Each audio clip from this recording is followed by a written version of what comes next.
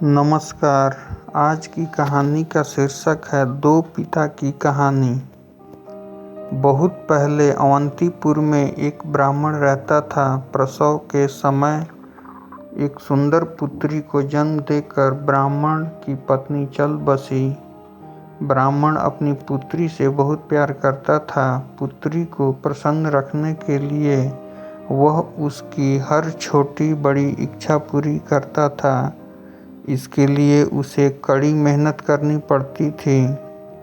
धीरे धीरे ब्राह्मण की पुत्री विशाखा बड़ी होकर एक सुंदर तथा होशियार युवती बन गई।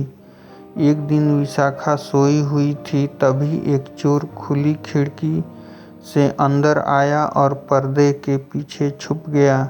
विशाखा उसे देखकर डर गई और पूछा, तुम कौन हो? उसने कहा, मैं एक चोर हूँ। राजा के सिपाही मेरे पीछे पड़े हुए हैं। कृपया मेरी मदद कीजिए। मैं आपको कोई नुकसान नहीं पहुँचाऊँगा। तभी राजा के सिपाहियों ने दरवाजे पर दस्तक दी। विशाखा ने उन्हें कुछ नहीं बताया और वे वापस चले गए। चोर बाहर निकला, विशाखा का धन्यवाद कर जिस रास्ते आया था उसी रास्ते से चला गया। विशाखा और उस चोर की मुलाकात अक्सर बाजार में होने लगी और धीरे धीरे उनमें प्यार हो गया। एक चोर से विशाखा का विवाह करने के लिए उसके पिता कभी राजी नहीं होते, इसलिए दोनों ने चुपचाप विवाह कर लिया।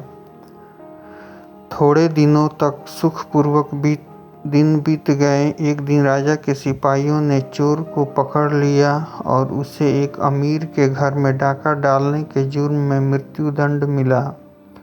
गर्भवती विशाखा विक्षिप्त होकर रोने लगी। चोर की मृत्यु के बाद विशाखा के पिता ने समझा बुझाकर उसका विवाह एक दूसरे व्यक्ति से कर दिया। कुछ माह के बाद उसने एक पुत्र को जन्म दिया, जिसे उसके पति ने अपने बच्चे के रूप में स्वीकार किया।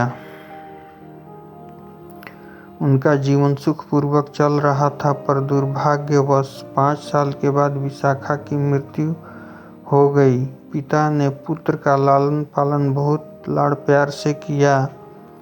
पिता पुत्र में बहुत प्रेम था। धीरे धीरे बच्चा बड़ा होकर दयालु और सहृदय युवक बन गया। अचानक एक दिन उसके पिता की भी मृत्यु हो गई। दुखी पुत्र अपने माता पिता की शांति की प्रार्थना करने नदी के किनारे गया। पानी में जाकर जल अंजलि में भरकर जब उसने प्रार्थना की तो 3 हाथ जल से बाहर निकले। एक चूड़ियों वाले हाथ ने कहा, पुत्र, मैं तुम्हारी माँ हूँ। युवक ने माँ को तर्पण दिया। दूसरे हाथ ने कहा, मैं तुम्हारा पिता हूँ। तीसरा हाथ शांत रहा। आप कौन हैं? पूछने पर उसने कहा, पुत्र, मैं भी तुम्हारा पिता हूँ। मैंने ही तुम्हें लाड़ प्यार से पाल पोस कर बड़ा किया है। बेताल ने राजा से पूछा, राजन, दोनों में से किस पिता के लिए पुत्र को तर्पण करना चाहिए?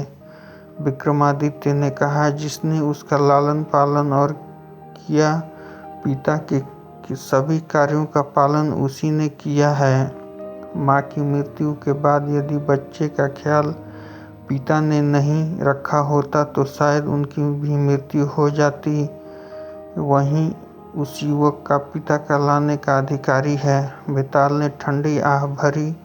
फिर से विक्रमादित्य ने सही उत्तर दिया था। बेताल विक्रमादित्य के कंधे से उड़ा और वापस पेड़ पर चला गया।